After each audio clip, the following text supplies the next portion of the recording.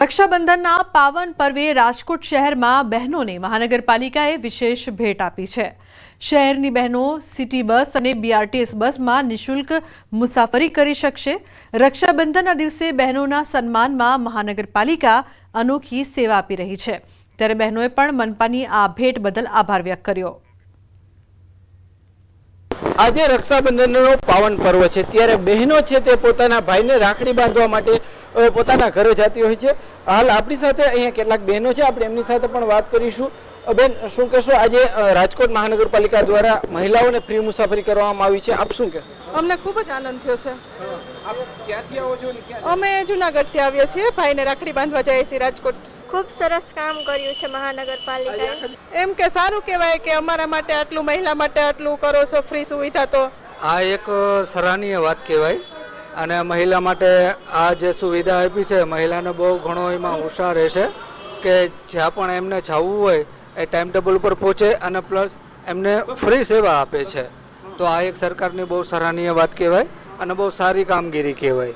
બહુ સારું કામ છે અને ઉત્સાહ જેવી વાત છે કે આ એક સારું કામ કહેવાય છે કે મહિલાઓને એટલું બધું આપણને મુસાફરી કરવાનું ફ્રીમાં ચાર્જ આપે છે અને મહિલાઓને કોઈ જાતની પ્રોબ્લેમ ના થાય અને એના ટાઈમ ટેબલ ઉપર ક્યાંય પણ જવું હોય તો જઈ શકે છે।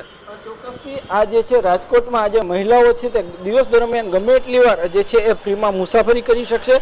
એ વાતનો આનંદ છે તે રાજકોટના લોકોને છે, બહેનોને છે, કેમ કે બહેનો છે તે સરળતાથી પોતાના ભાઈના ઘરે પહોંચી શકશે, પરત પોતાના ઘરે પણ પહોંચી શકશે, એ પણ કોઈ પણ પ્રકારના ખર્ચા વગર। હાર્દિક જોશી, ન્યૂઝ 18 ગુજરાતી। સુરતના માંડવીમાં ભગવાન બિરસા મુંડાની 150મી જન્મ જયંતિની ઉજવણી। મુખ્યમંત્રી ભૂપેન્દ્ર પટેલની અધ્યક્ષતામાં ભગવાન બિરસા મુંડાની 150મી જન્મ જયંતિની ગૌરવભેર ઉજવણી કરાઈ। ત્યારે મુખ્યમંત્રી ભૂપેન્દ્ર પટેલના હસ્તે વિવિધ યોજનાઓમાં ₹277 કરોડના 1843 કામોનું ખાતમુહૂર્ત અને 102 કરોડ રૂપિયાના કુલ 2266 કામોનું લોકાર્પણ કરાયું। આ પ્રસંગે આદિજાતિ વિકાસ રાજ્યમંત્રી કુંવરજી હળપતિ, બારડોલી લોકસભાના સાંસદ પ્રભુ વસાવા સહિતના આગેવાનો હાજર રહ્યા। વિવિધ સાંસ્કૃતિક કાર્યક્રમો સાથે ભવ્ય ઉજવણી કરાઈ। તો સીએમ ભૂપેન્દ્ર પટેલના હસ્તે કરોડોની ભેટ આપવામાં આવી। ભગવાન બિરસા મુંડાની 150મી જન્મ જયંતિની ઉલ્લાસભેર ઉજવણી કરવામાં આવી હતી। તો કરોડોના વિકાસ કાર્યોના ખાતમુહૂર્ત અને લોકાર્પણ પણ કરવામાં આવ્યા। સાથે રક્ષાબંધનની ઉજવણી સીએમ ભૂપેન્દ્ર પટેલના હસ્તે કરોડોની ભેટ આપવામાં આવી છે। વિકાસ કાર્યો છે તે કરવામાં આવશે। ભગવાન બિરસા મુંડાની આજે 150મી જન્મ જયંતિ છે, તેને લઈને ખાસ કાર્યક્રમ પણ રાખવામાં આવ્યો હતો અને ભવ્ય ઉજવણી પણ કરવામાં આવી હતી, જેમાં અનેક વિકાસ કાર્યો છે તેની ભેટ પણ આપવામાં આવી છે। કરોડોના વિકાસ કાર્યોના ખાતમુહૂર્ત અને લોકાર્પણમાં મુખ્યમંત્રી હાજર રહ્યા।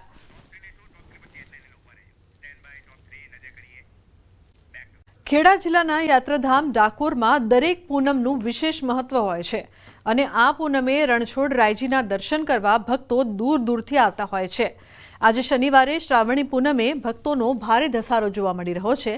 ભક્તોનો સવારથી જ ઘોડાપુર ઉમટ્યું છે, જેના પગલે મંદિરમાં ભગવાનનો જયઘોષ થતા વાતાવરણ ભક્તિમય બની ગયું છે। વહેલી સવારે મંગળા આરતી બાદ દર્શનાર્થીઓ સહિત શ્રદ્ધાળુઓનો આજે વધારે ધસારો જોવા મળ્યો છે। આ તરફ ડાકોર મંદિરમાં રક્ષાબંધનના પર્વની ધામધૂમપૂર્વક ઉજવણી થઈ। ભગવાનને પણ રાખડી બાંધી, જેમાં સવારે 5:15 વાગે મંગળા આરતી કરવામાં આવી હતી, જે બાદ રાજા રણછોડને રક્ષા મુહૂર્તમાં 9:20 વાગે રાખડી બાંધવામાં આવી। પ્રેમ, લાગણી અને માનવતાની મિસાલ સમાન ઘટના દેશભરમાં હૃદયસ્પર્શી બની। ઈશ્વર અને અલ્લાહના દેવત્વને સાકાર કરતી ઘટનાએ લોકોનું દિલ જીત્યું। બ્રેન ડેડ રિયાના દાનમાં મળેલા હાથનું ઋણ અદા કરવા અનમતા અહેમદ મુંબઈથી તેના પરિવાર સાથે રિયાના ભાઈ શિવમને રાખડી બાંધવા વલસાડ આવી। બે પરિવારોમાં એક ભાવુક ક્ષણ જોવા મળી હતી। પોતાની બહેનને ગુમાવી દીધા બાદ પણ તેના દાન કરાયેલા હાથ દ્વારા ભાઈના હાથ પર રાખડી બંધાતા લાગણીના તાર અતૂટ રીતે જોડાઈ ગયા। સપ્ટેમ્બર 2024માં સુરતની કિરણ હોસ્પિટલે 9 વર્ષીય રિયા મિસ્ત્રીને બ્રેન ડેડ જાહેર કરી હતી, ત્યારે ડોનેટ લાઈફ સંસ્થાના માધ્યમથી તેના હાથનું દાન કરવામાં આવ્યું હતું। મુંબઈની 15 વર્ષીય અનમતા અહેમદમાં સફળતાપૂર્વક ટ્રાન્સપ્લાન્ટ કરવામાં આવ્યો હતો। હાથના સ્પર્શ માત્રથી શિવમે સ્વર્ગસ્થ રિયા ફરી જીવતી થઈ હોય તેવું અનુભવ્યું। ડોનેટ લાઈફ દ્વારા કુલ 1336 અંગો અને ટીશ્યુનું દાન કરવામાં આવ્યું અને 1232 લોકોને નવું જીવન આપ્યું। તો સુરતની લાજપોર જેલમાં રક્ષાબંધનની ઉજવણી કરવામાં આવી। જેલમાં બંધ કેદીઓને બહેનો દ્વારા રાખડી બાંધવામાં આવી હતી, જે દરમિયાન ભાવુક દ્રશ્યો સર્જાયા હતા। રાખડી બાંધતા બહેનોની આંખમાં આંસુ જોવા મળ્યા। તો રાખડી બાંધ્યા પછી બહેનોએ ભાઈઓને યોગ્ય માર્ગ પર ચાલવાની અપીલ કરી। તો જેલમાં બંધ ભાઈઓએ ભવિષ્યમાં સારા નાગરિક બનવા માટે વચન આપ્યું। તમામ પ્રકારની વ્યવસ્થા કરવામાં આવી છે।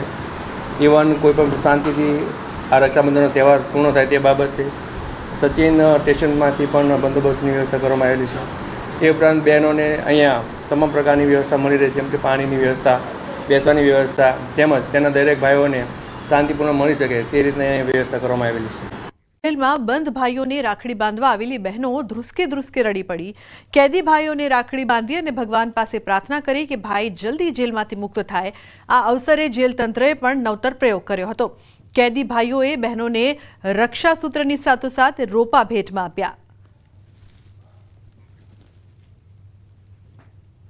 જે રક્ષાબંધનનો તહેવાર છે અને અત્યારે હું અહીંયા જેલમાં છું અને મારી બહેનો અહીંયા રાખડી બાંધવા આવે છે અને અમને રાખડી બાંધે છે અને અમારે અહીંયા દેવા માટે કોઈ વસ્તુ ભેટ નથી। એના રૂપે જેલ પ્રશાસન દ્વારા અમને અત્યારે છોડ એક આપે છે અને અમારી બહેનને અમે એ છોડ આપીએ છીએ અને અમારી બહેનને અમે એવું કહીએ છીએ કે આ ઘરે જઈને તમે આંગણાની અંદર રોપજો અને એ જોઈને અમારી બહેન રાજી રહે છે કે મારા ભાઈએ આ અમને રક્ષાબંધન નિમિત્તે અમને ગિફ્ટ આપેલી છે। હું મારા ભગવાનને એટલી જ પ્રાર્થના કરું છું કે મારા ભાઈને જલ્દી ને જલ્દી છોડીને લઈ આવે ઘરે।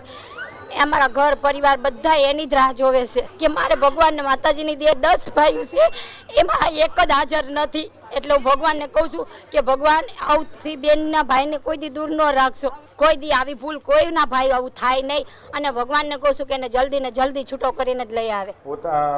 બંદીવાનોની સગી બહેનો બંદીવાન ભાઈઓને રાખડી બાંધી અને ધન્યતા અનુભવતા હોય છે બંને ભાઈ બહેન। વૃક્ષારોપણને પ્રોત્સાહન આપવાના ભાગરૂપે એક રોપો ભાઈ તરફથી બહેનને રાખડી બાંધતી વખતે આ ભેટમાં આપે એવું પણ આયોજન કરવામાં આવેલ છે। 600 થી 700 બંદીવાનોની બહેનોએ પોતાના બંદીવાન ભાઈને રાખડીઓ બાંધી અને ધન્યતા અનુભવેલ છે। આજે રક્ષાબંધનનો પર્વ છે ત્યારે રાજકોટ મધ્યસ્થ જેલમાં પણ રક્ષાબંધનના પર્વની ઉજવણી થઈ રહી છે। આપ દ્રશ્યોમાં જોઈ શકો છો કે બહેન છે તે પોતાના ભાઈને રાખડી બાંધી રહી છે, જે છે ભગવાનને પણ પ્રાર્થના કરી રહી છે ભાઈ બીજી વખત આવી રીતના જે છે કોઈ ગુનામાં ન સંડોવાય, તેમને કોઈ સજા ન થાય એટલા માટે પ્રાર્થના કરી રહી છે। તો બીજી તરફ આ વખતે એક નવતર પ્રયોગ પણ હાથ ધરવામાં આવી રહ્યો છે। ખાસ કરીને જ્યારે ભાઈને જે છે એ ભાઈ તરફથી બેનને કંઈક ને કંઈક સોગાદ આપવામાં આવતી હોય છે, ત્યારે આ વખતે એક વૃક્ષનો જે રોપો છે તે બેનને ભેટમાં આપવામાં આવી રહ્યો છે અને અત્યારે ઉજવણી કરવામાં આવી રહી છે। આપ દ્રશ્યોમાં પણ જોઈ શકો છો કે જે એક બેન છે તે પોતાના ભાઈને રાખડી બાંધી રહી છે। અત્યારે જે રીતના રક્ષાબંધનના પર્વની જે ઉજવણી છે તે રાજકોટ મધ્યસ્થ જેલમાં થઈ રહી છે। બહેનો છે તે રાખડી બાંધી રહ્યા છે અને અહીં કેટલીક જગ્યાએ ભાવુક દ્રશ્યો પણ જોવા મળી રહ્યા છે।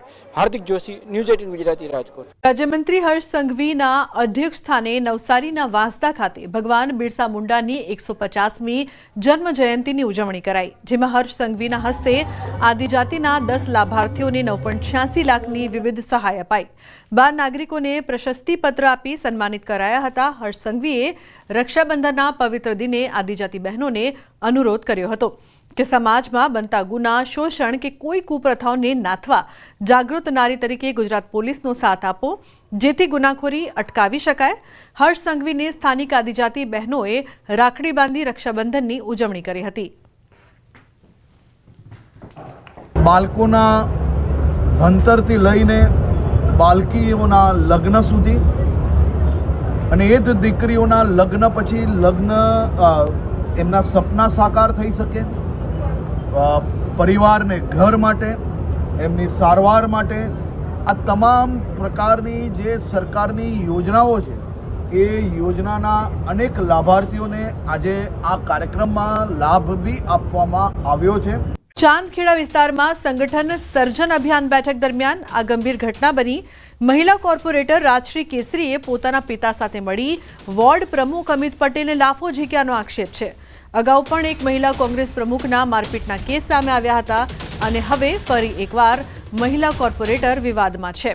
આ મામલે વોર્ડ પ્રમુખ અમિત પટેલે ન્યૂઝ 18 સાથે ખાસ વાતચીત કરી હતી.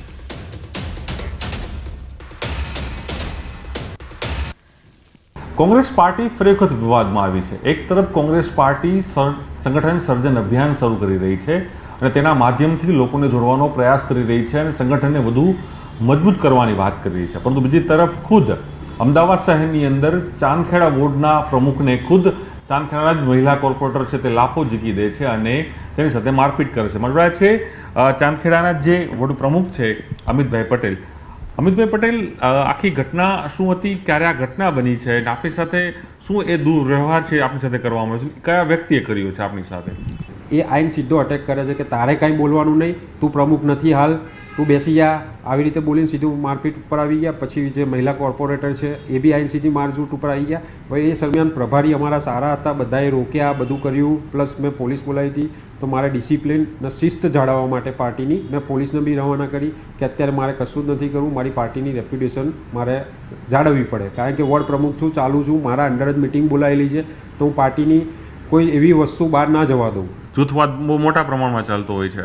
એ જૂથવાદ તો ચાલે જ છે, 100% વાત સાચી છે. અત્યારે મારે એ વસ્તુમાં પડવું નથી. બાકી જૂથવાદ એટલી ચરમસીમાએ છે અને આજે તમે સમજો કે આવી રીતે પાર્ટીના વોર્ડ પ્રમુખ ઉપર એક્શન લે છે, હાથ ઉપાડે છે, તો બી પાર્ટી હજી સુધી એક્શન નથી લીધું, તો એ ગંભીર પરિણામ કહેવાય. કારણ કે આ ઓન ધ સ્પોટ એક્શન લેવાની વસ્તુ છે. અને આજે હું જૂથવાદના કોઈ માનતો નથી. હું તો રાહુલ ગાંધીનો બબ્બર શેર છું અને લડી લઈશ. અને મારે આમાં એક જ વસ્તુ છે, કોઈ જાતિવાદ કે ધર્મવાદમાં નથી હું માનતો. હું દરેકને સાથે લઈને લડીશ. આજે હું નથી લડવા માંગતો, પણ મારા કાર્યકર્તાઓનું મનોબળ તૂટી છે. અમારા સોનલબેન પટેલ પાસે વાત કરું, શહેર પ્રમુખ, પ્રદેશ પ્રમુખ શું એક્શન લે છે, શું કહેવા માંગે છે, આના પછી આપણે સ્ટેપ ભરીએ. તમે ચાંદખેડાવાળા હતાશ ના થાવ. આજે આ કાર્યકર્તાનો વિજય જ છે. આપણી ઉપર હુમલો થયો, તમારી ઉપર હુમલો થયો, એવું જ સમજો. આજે મારી ઉપર થયો, મેં સહન કરી લીધું. કાર્યકર્તા ઉપર થયો હોય હુમલો, તો હું સહન ના કરી શકું. આટલા વફાદાર કાર્યકર્તા હોય અમિતભાઈ, છતાં પણ આપણી સાથે આ પ્રકારનો બિહેવિયર થાય એટલે એ કેટલું યોગ્ય? પણ એ એના કારણે જ થયું છે. કદાચ આ મારી વફાદારીનું મને આજે પરિણામ મળ્યું છે. કારણ કે વફાદારી એક એવી વસ્તુ છે કે રાખવી પડી, એના આજે પરિણામ ભોગ્યું છે. અને આ પાર્ટી આનું જોઈને એક્શન લે, કાં તો પછી આના કારણે કેટલાના લોકોના મનોબળ તૂટશે અને આવું શહેરમાં થશે, પ્રદેશમાં થશે. તો કોંગ્રેસ પાર્ટી 2027 તો ભૂલી જાય, કોર્પોરેશનને ભૂલી જશે. કોંગ્રેસ પાર્ટી નષ્ટ થઈ જશે આમાં. તો કોંગ્રેસ સંગઠન સર્જન અભિયાન શરૂ કરી રહી છે, તેમાં વધુ લોકો કઈ રીતે કોંગ્રેસ પાર્ટીમાં જોડાય, કોંગ્રેસ પાર્ટી કઈ રીતે મજબૂત થાય. પરંતુ કોંગ્રેસ પાર્ટીમાં જ કોંગ્રેસના જ મહિલા કોર્પોરેટર તે પોતાના જે વોર્ડ છે ચાંદખેડા વોર્ડના પ્રમુખ જે છે અમિત પટેલને તે લાફો મારે છે. એટલે ચોક્કસ એક નવો વિવાદનો મધપૂળો છે તે અહીં છેડાયો છે. કારણ કે આની પહેલાં પણ અમદાવાદ શહેર મહિલા કોંગ્રેસ જે પ્રમુખ હતા જીલ શાહ, તેઓ પોતાના જ કાર્યકર્તાને મારીને એક સમય પણ એક વિવાદ થયો હતો. ત્યારે ફરી એક નવો વિવાદ છે. 15 ઓગસ્ટ બાદ ફરી ચોમાસું સક્રિય થશે. હવામાન નિષ્ણાંત અંબાલાલ પટેલની આગાહી. અરબ સાગરમાં સાયક્લોનિક સર્ક્યુલેશનની શક્યતા, તો બંગાળ ઉપસાગરમાં ફરી વરસાદી સિસ્ટમ સક્રિય થશે. 18 ઓગસ્ટથી 22 ઓગસ્ટ સુધીમાં ભારે વરસાદ થઈ શકે છે. દક્ષિણ સૌરાષ્ટ્રના ભાગોમાં વરસાદ પડી શકે છે, જેથી સરદાર સરોવર ડેમમાં પાણીની આવક વધશે. નર્મદા બે કાંઠે થવાની શક્યતા રહેશે. તારીખ 15મી ઓગસ્ટથી વરસાદી સિસ્ટમો સક્રિય થશે. સાયક્લોનિક સર્ક્યુલેશન અરબ સાગરમાં થવાની શક્યતા રહે છે. બંગાળ ઉપસાગરમાં પણ તારીખ 17 ઓગસ્ટથી મજબૂત સિસ્ટમ બનશે. એટલે અરબ સાગરની સિસ્ટમના કારણે તારીખ 19, 20, 21, 22માં દક્ષિણ સૌરાષ્ટ્રના ભાગોમાં ભારેથી અતિભારે વરસાદ થવાની શક્યતા રહે છે. આ ઉપરાંત 17 ઓગસ્ટવાળી સિસ્ટમ લગભગ 19, 20માં મધ્યપ્રદેશ અને ગુજરાતના ભાગોમાં આવતા ગુજરાતના કેટલાક ભાગમાં ભારેથી અતિભારે વરસાદ થવાની શક્યતા રહે છે. સરદાર સરોવર ડેમની પાણીની સપાટી વધવાની શક્યતા રહે છે. અને આ વરસાદના કારણે કેટલીક નદીઓમાં પૂરની સ્થિતિ પણ રહેવાની શક્યતા રહે છે. મહીસાગર, વડોદરા, ગાંધીનગરમાં પડશે ભારે વરસાદ. ભરૂચ, જંબુસર, નવસારી, સુરતમાં ભારે વરસાદ પડશે. તાપી નદીનું જળસ્તર વધવાની શક્યતા રહેશે. દક્ષિણ ગુજરાતમાં ભારે વરસાદની શક્યતા. સાબરકાંઠા, પંચમહાલ, કચ્છમાં ભારે વરસાદની સંભાવના. નવસારી, સુરતના ભાગો, આવડના વલસાડના ભાગો, આ ભાગોમાં ભારે વરસાદ થવાની શક્યતા રહેશે. કેટલાક ભાગમાં ભારેથી અતિભારે વરસાદ થવાની શક્યતા રહેશે. તાપી નદીનું જળસ્તર પણ વધવાની શક્યતા રહેશે. આ ઉપરાંત ઉત્તર ગુજરાતના ભાગો, પાટણ, સમીહારી અને મહેસાણા ભાગોમાં વરસાદ થવાની શક્યતા છે. કચ્છના ભાગોમાં ભારે વરસાદ થવાની શક્યતા રહેશે. રાજકોટ અને ઉત્તર સૌરાષ્ટ્રના ભાગોમાં કેટલાક ભાગોમાં ભારે વરસાદ થવાની શક્યતા રહેશે. 17 ઓગસ્ટ પછીનું વરસાદી પાણી સારું રહેશે. આ વરસાદી પાણી કૃષિ પાક માટે સારું ગણાશે. 30 ઓગસ્ટ પછી વરસાદી પાણી સારું ગણાતું નથી. પરંતુ તારીખ 17 ઓગસ્ટ પછીનું વરસાદી પાણી કૃષિ કાર્યો માટે સારું ગણાશે. 30મી ઓગસ્ટ પછીનું વરસાદી પાણી કૃષિ પાકો માટે સારું ગણાતું નથી. એટલે ખેડૂત ભાઈઓ કૃષિ કાર્યો ખરાબ તય કરવા સારા નહીં. એટલે હવે જે વરસાદની સ્થિતિ છે એ 13-14માંથી MGO ફેઝ 2માં આવતા રાજ્યના ભાગોમાં વરસાદી સિસ્ટમો સક્રિય